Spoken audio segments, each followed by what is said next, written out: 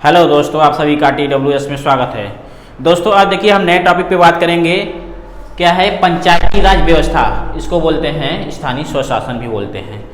तो देखिए ये जो टॉपिक है ये बहुत से एग्जामों में पूछा जाता है, चाहे आपका स्टेट लेवल का एग्जाम हो चाहे सेंट्रल लेवल का एग्जाम हो, सभी एग्जामों में इस टॉपिक से कहीं ना कहीं प्रश्न पूछता है जो GS का सेक्शन होता है। ओके दोस्तों, तो अभी देखिए अगर उत्तर प्रदेश में देखा जाए तो वीडियो का एग्ज़ाम है, तो वीडियो के एग्ज़ाम को हम देखते हुए इस टॉपिक पर हम चर्चा करेंगे आज, क्योंकि यह स्थानीय स्वशासन पंचायती राज व्यवस्था में है। तो वीडियो का काम ही होता है गांव से संबंधित गांव के कुछ विवरण को जानना। तो इस टॉपिक से निश्चित ही उत्तर प्रदेश का जो वीडियो ग्राम विकास अधिकारी का जो एग्ज़ाम होने वाला है, इस टॉपिक से बहुत अधिक 2-3 क्वेश्चन पूछे जाएंगे। तो मैं इसको स्टार्ट करता हूँ, आप लोग बहुत ध्यान से इसको देखिएगा और इसको नोट भी कर लीजिएगा। देखिए दोस्तों, दो पंचायती राज व्यवस्था का पहले देखा जाए तो ये स्थानीय स्वशासन है, ये रिपन के समय में आया था। जो अंग्रेज वायसराय था उसके रिपन के समय में ये आया था। ओके दोस्तों, तो इसके रिपन के पहले भी अगर देखा जाए तो हमारे प्राचीन इतिहास में चोल शासक जो थे उनके समय में भी कुछ ऐसा अंश मिला है कि जिसमें पंचायती राज का विवरण मिलता है। यदि हम हिस्ट्री पढ़ते हैं अच्छे से तो वहाँ पर हमको कुछ न कुछ चोल शासक के समय में कुछ पंचायती राज का अंश मिला है, जो कि अभी लागू है।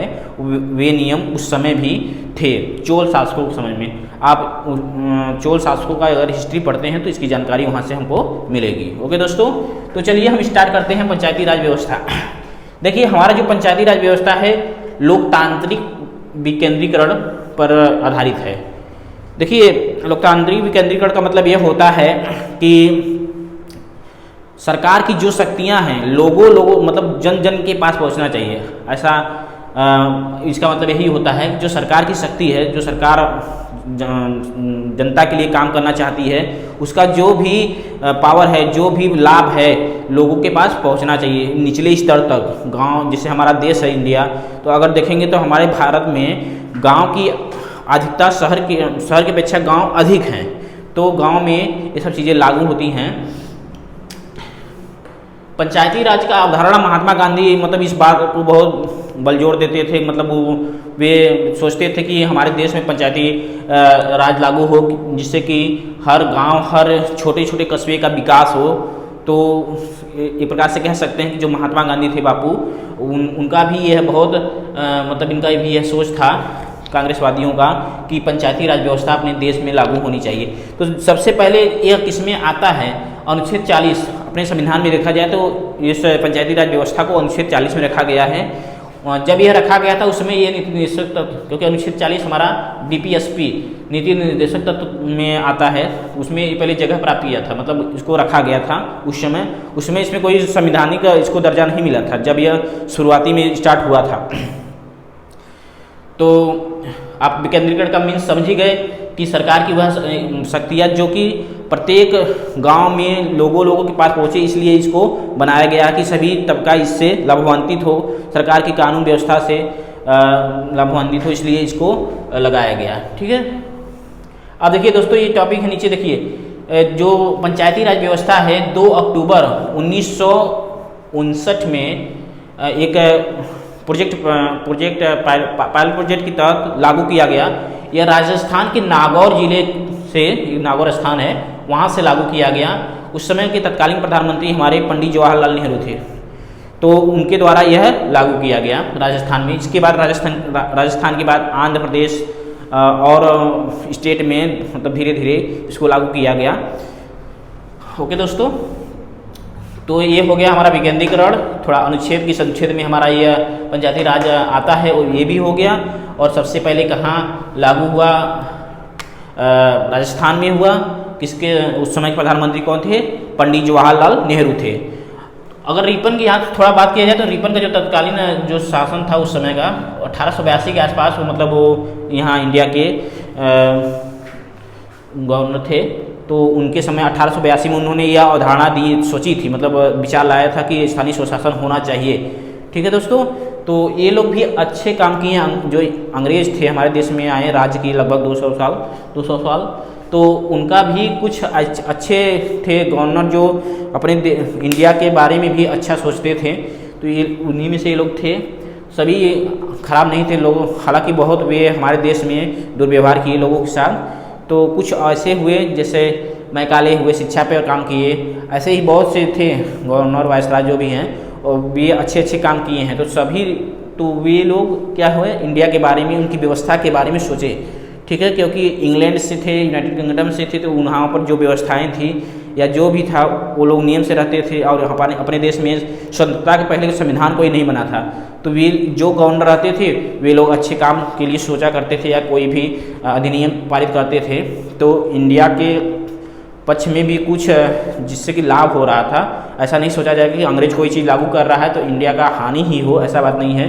क्योंकि अगर देखा जाए तो हमारा जो संविधान बना है, अगर अंग्रेजों ने ही लागू किया था भारत सरकार अधिनियम 1935, तो वे हमारे संविधान का एक प्रकार से ढांचा भी है।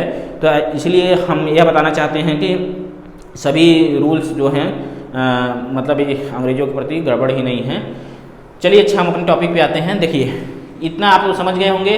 तो अब देखिए इसमें पंचायती राज व्यवस्था में कुछ समितियां हैं, मतलब कुछ ज्ञानी लोग जो मतलब जानकार इसके हैं, उन्होंने अपना राय दिया है कि कैसी जो पंचायती राज व्यवस्था है कैसा होना चाहिए। तो उसमें सबसे पहले बलवंत राय मेहता ने अपनी समिति 1957 में मतलब पेश किया, सरकार को दिया कि देखिए ऐसा होना चाहिए। मतलब उन्होंने अपना विचार व्यक्त किया सरकार के पास कि ऐसी होनी चाहिए सरकार की रणनीति। देखिए इन्होंने बताया त्रिस्तरीय पंचायती राज की वकालत की, मतलब इनके हिसाब से पंचायती राज तीन स्तरीय होनी चाहिए। त्रिस्तरीय में उनका विचार यह था कि पहला स्तर ग्राम होना चाहिए, दूसरा स्तर ब्लॉक होना चाहिए और तीसरा स्तर जिला होना चाहिए। किसके अनुसार? बलवंत राय मेहता समिति के अनुसार।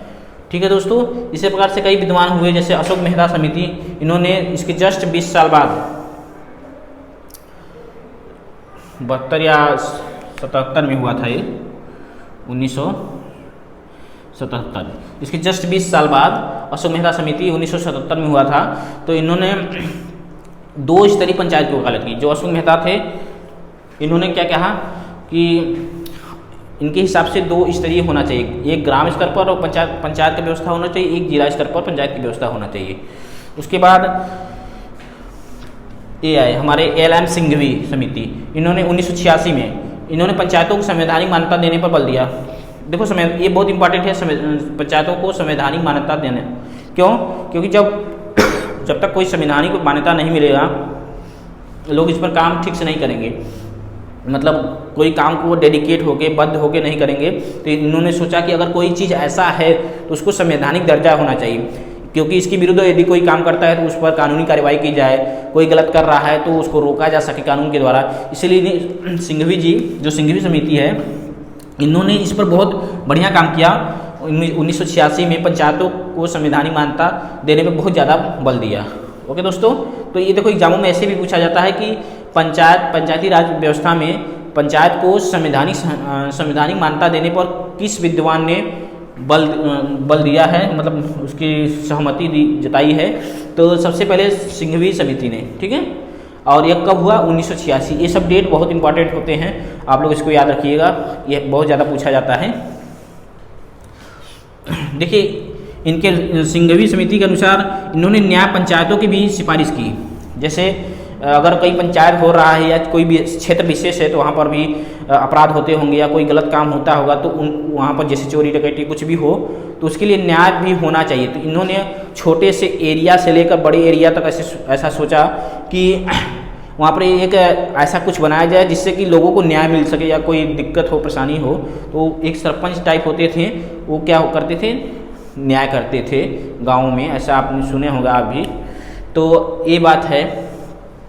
ये भी क्या थे, त्रिस्तरीय पंचायत को ये भी मानते थे, मतलब इनका भी विचार था कि जो पंचायत होना चाहिए त्रिस्तरीय ही होना चाहिए। जो सिंघवी जी थे, हालांकि संवैधानिक के लिए बात की, लेकिन ये मानते भी थे कि त्रिस्तरीय पंचायत ही होना चाहिए।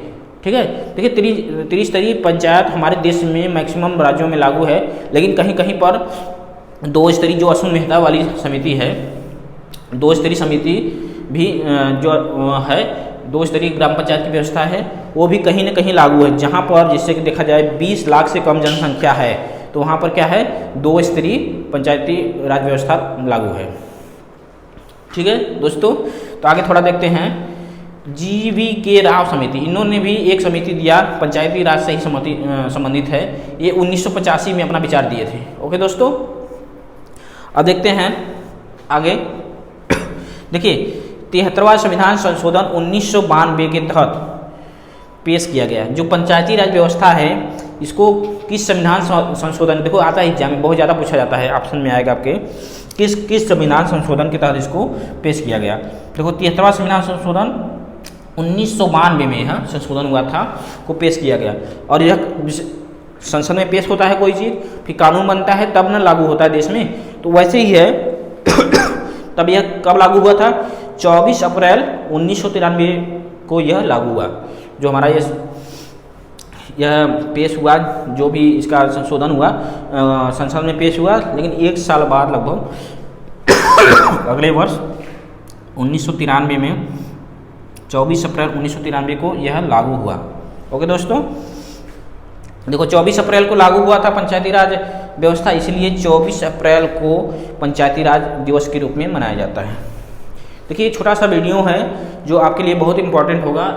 इसका एक पार्ट और आएगा, ये पार्ट फर्स्ट था, एक पार्ट और आएगा जो कि हालांकि देखिए बोर्ड छोटा है इसलिए पूरा कवर नहीं हो पा रहा है, तो मैं इसको 2 पार्ट में ही आपको बताऊंगा। तो पहले पार्ट में हमारा देखो यहाँ तक हो गया है, तो आप इसमें जितने भी टॉपिक हैं इसको अच्छे से नोट करिए और इसको याद करिए, क्योंकि ये बहुत से एग्जामों में बहुत इंपॉर्टेंट टॉपिक है, पूछा जाता है। ओके दोस्तों, तो आज के लिए हम इतना ही करते हैं। धन्यवाद।